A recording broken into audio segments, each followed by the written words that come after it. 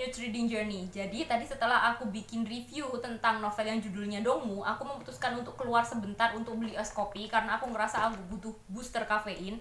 Karena aku lumayan ngantuk dan aku rasa bahwa aku butuh bener-bener melek untuk membahas dua novel ini. Karena dua novel ini udah selesai aku baca cukup lama, sekitar 2 mingguan yang lalu.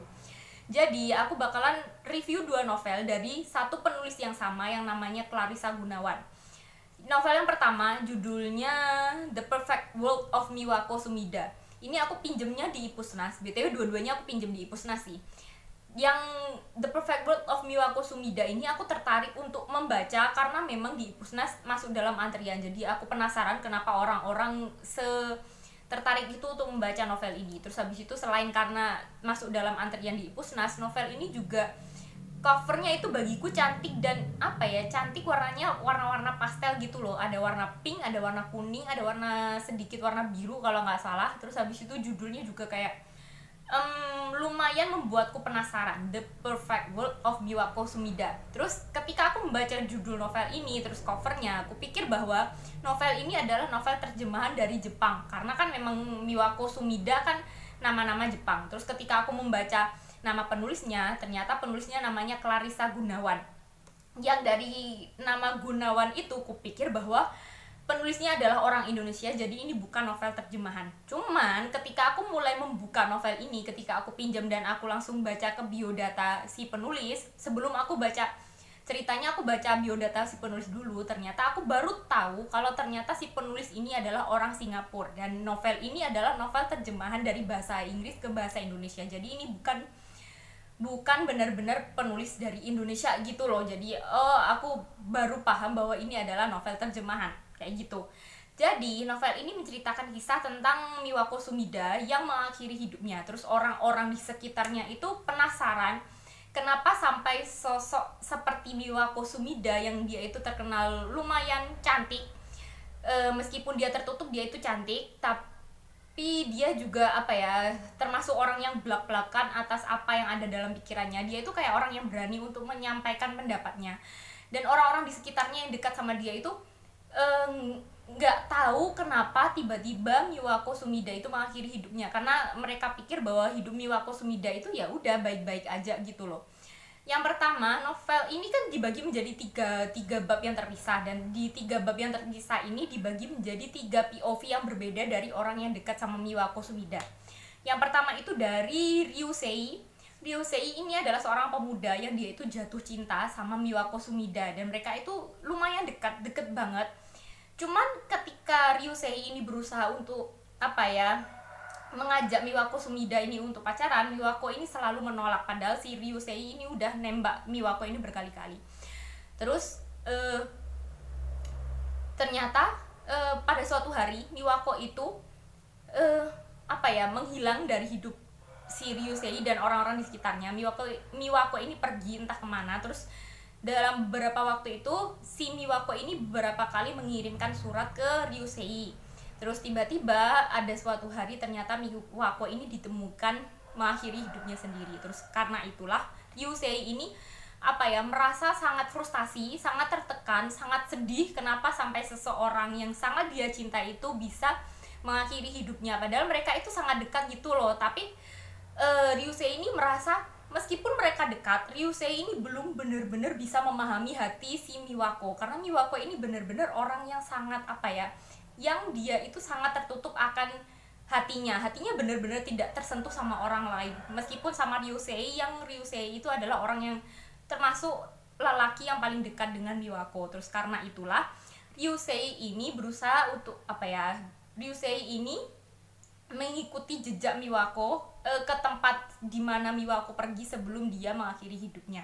Terus dalam ceritanya itu selain Ryusei ini berusaha untuk memahami apa yang terjadi pada diri Miwako, juga ada kayak semacam flashback tentang kehidupan Ryusei sebelumnya atau dari kecil, yang ternyata Ryusei ini adalah seorang yatim piatu yang dia itu tinggal bersama seorang kakak yang namanya Fumi.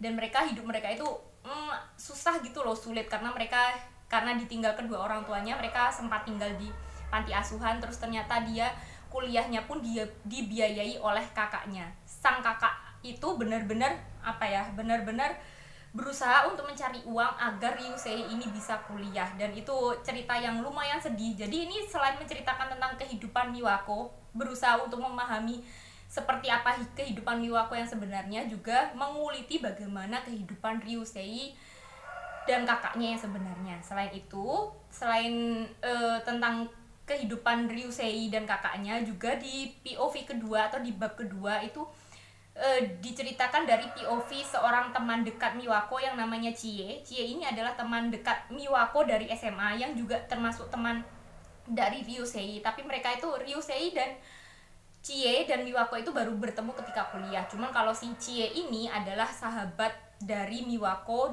dari SMA, dan karena mereka itu punya semacam punya kehidupan yang sama-sama kelam ketika waktu sekolah, pada akhirnya mereka bisa berteman. Dan karena itu Chie ini merasa bahwa dirinya sebenarnya adalah sahabatnya Miwako. Cuman sampai di titik di mana Miwako itu mengakhiri hidupnya, Chie itu merasa bahwa Miwako itu tidak pernah benar-benar bisa terbuka pada Chie, dan dia itu merasa sedih karena dia tidak bisa menjadi tempat yang aman untuk Miwako menceritakan kisah hidupnya yang sebenarnya, betapa sulitnya hidup Miwako sampai dia bisa mengakhiri hidup kayak gitu sih. Jadi di bab kedua ini menceritakan tentang hubungan Chie dan Miwako dan masa lalu kelam Chie di sekolah ketika dia tidak punya teman sebelum dia bisa berteman dengan Miwako. Terus yang terakhir itu bab ketiga itu POV-nya dari Fumi. Fumi ini adalah kakaknya Ryusei yang aku ceritakan tadi, yang kedua orang ini, Ryusei dan Fumi ini udah tidak punya orang tua. Terus si Fumi ini ternyata dia itu melepaskan mimpinya untuk menjadi dokter, padahal dia adalah orangnya cerdas, karena dia harus membiayai adiknya atau Ryusei, dan dia ingin bahwa adiknya ini sukses gitu loh. Kalau sampai si Fumi ini kuliah, nanti takutnya uangnya tidak bisa untuk membiayai hidup si Ryusei. Terus selain menceritakan itu, juga menceritakan tentang diri Fumi yang sebenarnya, jati dirinya yang selama ini dia tutupi, dan betapa sakitnya hidup menjadi Fumi, yang ternyata Fumi ini adalah seorang transgender kayak gitu. Terus juga menceritakan tentang kedekatan Fumi dengan Miwako Sumida, yang ternyata meskipun Fumi ini sudah merasa dari awal bahwa Miwako Sumida ini adalah orang yang akan menyulitkan hidup adiknya nantinya, cuman Fumi ini juga merasa sayang dengan Miwako, karena dia itu merasa bisa terkoneksi dengan Miwako karena Miwako itu bisa menerima diri Fumi yang sebenarnya dengan cepat, tidak seperti orang lain yang sulit untuk menerima diri Fumi sebagai transgender kayak gitu sih. Cerita ini, novel ini bukan cuma menceritakan kisah tentang Miwako Sumida dan apa yang terjadi di belakangnya atau apa yang terjadi yang sampai membuat dirinya mengakhiri hidupnya, juga menceritakan tentang kisah-kisah kelam orang-orang yang ada di sekitar Miwako Sumida seperti Fumi, Ryusei, sama Chie. Jadi novel ini bagiku cukup padat dan cukup kompleks ceritanya, karena banyak hal yang terjadi, banyak hal yang membuatku sedih dan kayak merasa sesak di dada gitu loh. Jadi di sini ada lumayan banyak hal. Selain Fumi yang transgender, juga ada pelecehan seksual, terus habis itu ada bullying, terus habis itu ada cinta terlarang, terus habis itu selain 4 hal itu juga ada semacam sedikit kisah mistisnya di novel ini. Jadi lumayan kompleks tapi diceritakan dengan cukup baik, jadi aku bisa menangkap kisahnya. Meskipun kayaknya lumayan banyak hal yang terjadi, tapi ceritanya cukup runut dan lumayan mudah untuk bisa aku pahami. Setelah aku baca novel The Perfect World of Miwako Sumida, aku jadi penasaran sama karya-karya Clarissa Gunawan lainnya. Jadi aku cari lagi di Epusnas dan aku nemu satu novel lainnya yang judulnya Rainbirds. Setelah aku baca, genrenya itu mirip sih sama The Perfect World of Miwako Sumida, sama-sama misteri. Tapi bukan misteri untuk mengungkap siapa pelakunya, tapi lebih seperti misteri siapa sebenarnya dan apa yang terjadi pada si tokoh. Bukan cuma si tokoh utamanya atau si tokoh yang meninggal itu, tapi juga tokoh-tokoh di sekitarnya. Jadi untuk yang Rainbirds ini dimulai dari kisah seorang perempuan yang ditemukan meninggal dunia karena sudah dihabisi nyawanya secara brutal. Terus polisi ini menghubungi si adik yang namanya Ren Ishida untuk datang ke tempat kakaknya tinggal. Ren dan kakaknya ini tinggal di kota yang berbeda. Si perempuan yang ditemukan meninggal itu ditinggal di sebuah kota kecil, sedangkan Ren ini tinggal di Tokyo. Terus ketika polisi menghubungi adiknya ini atau si Ren ini, Ren akhirnya datang ke kota kecil itu. Pada awalnya memang ketika Ren datang ke situ, dia itu berusaha untuk mencari siapa sebenarnya pelaku penghabisan nyawa kakaknya. Karena kan memang penghabisan itu terjadi secara brutal. Cuman lama-lama ketika dia lebih lama lagi tinggal di kota itu dan mengenal orang-orang di sekitar kakaknya, ternyata dia itu lebih banyak mencari siapa sebenarnya kakaknya dan bagaimana kehidupan kakaknya di sana. Karena memang ternyata Ren dan kakaknya ini udah terpisah cukup lama, sekitar 8 tahun atau 7 tahun kalau nggak salah, dan mereka itu nggak pernah benar-benar bertemu secara langsung selama 8 tahun itu. Mereka hanya berhubungan lewat telepon. Dan selama ini Ren pikir bahwa dia cukup mengenal kakaknya karena kan memang mereka sering teleponan, sering menceritakan tentang kehidupan mereka. Tapi ternyata banyak hal yang ditutupi oleh kakaknya ke Ren ini. Terus akhirnya di sana Ren ini perlahan-lahan mulai memahami dan mulai mengerti, mulai mengenal siapa kakaknya yang sebenarnya, apa yang terjadi, siapa yang dia kenal, siapa laki-laki yang pernah dekat dengan dirinya, dan siapa sebenarnya jati diri kakaknya di sana. Selain itu, selain dia pada akhirnya lebih mengenal kakaknya, dia juga dia juga lebih mengenal dirinya sendiri, karena ternyata dia itu punya semacam sister kompleks yang kayak tidak pernah dia akui dan tidak pernah dia sadari. Cuman ketika itu dia baru sadar ketika dia tinggal di kota di mana kakaknya tinggal itu. Akhirnya lama-kelamaan dia sadar bahwa dia mengalami sister kompleks, atau dia itu kayak semacam jatuh cinta pada kakaknya, kayak gitu sih.